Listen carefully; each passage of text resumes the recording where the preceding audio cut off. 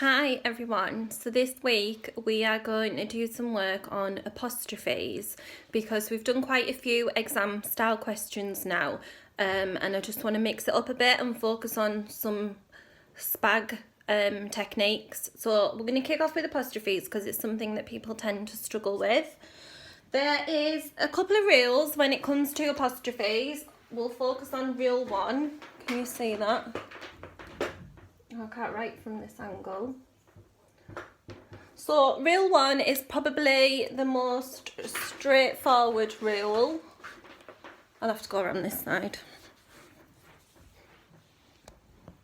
So rule 1 is probably the most straightforward rule, and it's just all to do with shortening words or phrases into one. So typical example, cannot equals can't. We've made it into one word. We've took these two words, made it into one word. The apostrophe replaces the missing O from cannot. So that's our most straightforward example for this rule. However, a common mistake that I see all the time is your versus your. So when we say them, they sound the same, but they've got different spellings and they mean two completely different things. So this your focuses on belonging. So for example, your bag is new. There's our example. And then we've got this your, which actually, it's got an apostrophe there. So we know that there's a letter missing. We know that the missing letter is A. So it actually equals you are. Now you wouldn't use that one here because you wouldn't say you are bag is new. That just doesn't make sense. But we could say you're a star. You are a star. Now the best way to ensure that you're using the correct one of these is to just sound them out exactly like I've done there. You are bag is new. Doesn't make sense. You are a star makes sense. And that will give you guidance as to which your that you need to use. Another issue that I tend to see, which is similar to this rule, is its and its. Sound the same, different spellings, means two completely different things. So it's, this one here with the apostrophe, we know there's a letter missing. The letter is I, so it is. So for example, it's a nice day. It is a nice day. It's a nice day. We know that one makes sense and goes in there. This one's a bit more trickier and people really struggle to create examples for this one. My best advice is to use animals as examples. It's the easiest way, and then you'll be able to come up with loads of examples for it. So for example, the cat licked its paw, obviously. The cat licked its paw. Well, we wouldn't say the cat licked its paw. Doesn't make sense. So we know that it's this its. The cat licked its paw. Obviously, I'm going through these pretty quick because I'm not at work. I'm not in the classroom. I'm currently in my children's playroom using their easel. But if you have any issues, if you're struggling with anything, if you need me to recap everything, you can message me on Teams or send me an email and I will answer all questions. So that's rule 1 covered, and you've seen that rule before. We've covered that. Now we're going to focus on rule 2, and it gets a bit more tricky here. Now rule 2 deals with ownership. You might have heard it called apostrophes for possession before. That means the same thing, ownership. It's all about belonging, something belonging to someone or something. So for example, it's quite hard to think of examples off the top of your head.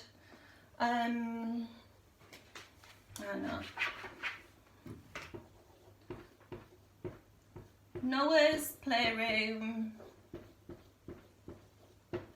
is a mess. So in this sentence, we've got some ownership. We've got a subject who is Noah, and we've got some ownership as in the playroom. Now the playroom belongs to Noah, so we know that we need an apostrophe.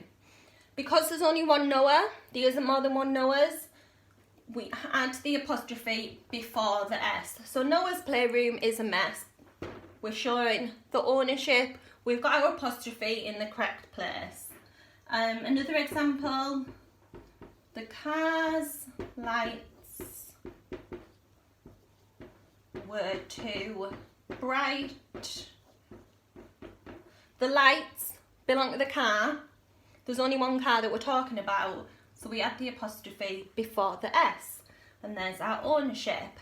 Notice how we've got two words here that end in S, but we're only giving an apostrophe to one of them. We're only giving an apostrophe to the cars because the lights belong to the car.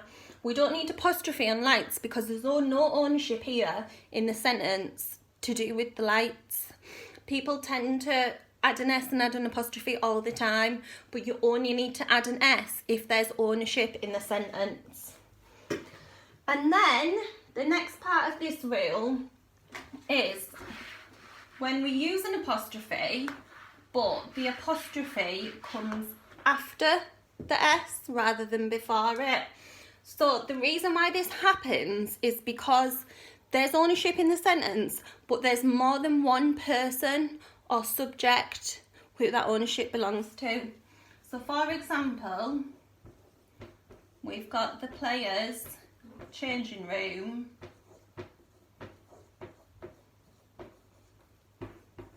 smelled funny. So the changing room obviously belongs to the players.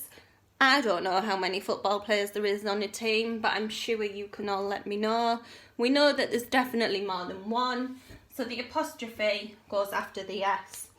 So changing room belongs to them, and apostrophe goes after the S because there's more than one player.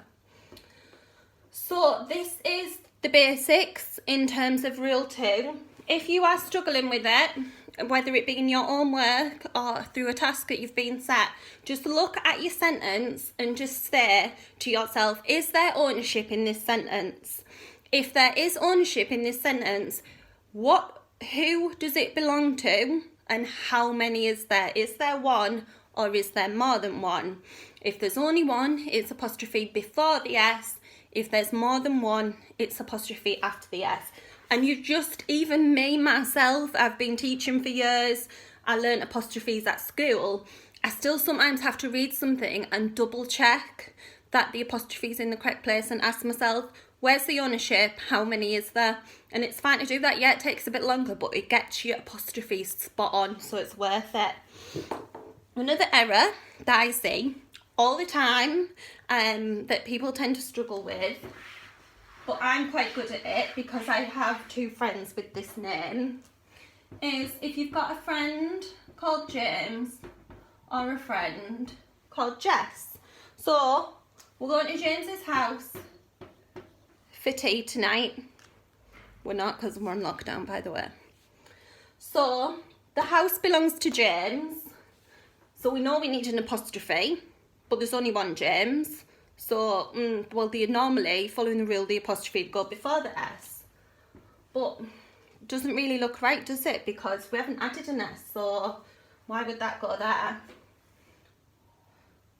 What about if we added an S? Don't often see that. What else could we do? Could we add an ES, make it? No. Doesn't look right, does it? So what we do is we leave James as it is and house as it is, but we add an apostrophe at the end of the word James. Now Jess has got some new dogs and they're really cute. So Jess's dogs are cute. Now the dogs belong to Jess. There's one Jess, multiple dogs. What goes on here? So we've got 2 S's. We could add an apostrophe there, but then we're interrupting her name. It doesn't look right.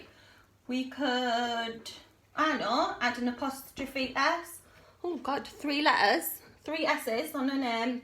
Doesn't look right, does it?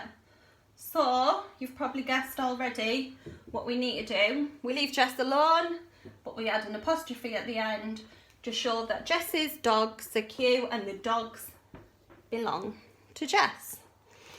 So that is apostrophes in a nutshell, very quickly.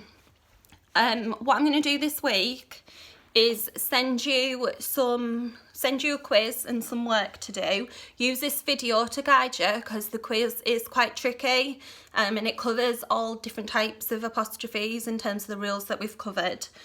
And then yeah, what else I really want you to do is look for apostrophe errors. I know it's hard to do it whilst we're in lockdown, but you'll even find them on the TV. It amazes me how many errors and how many companies, well-known companies, use apostrophes incorrectly.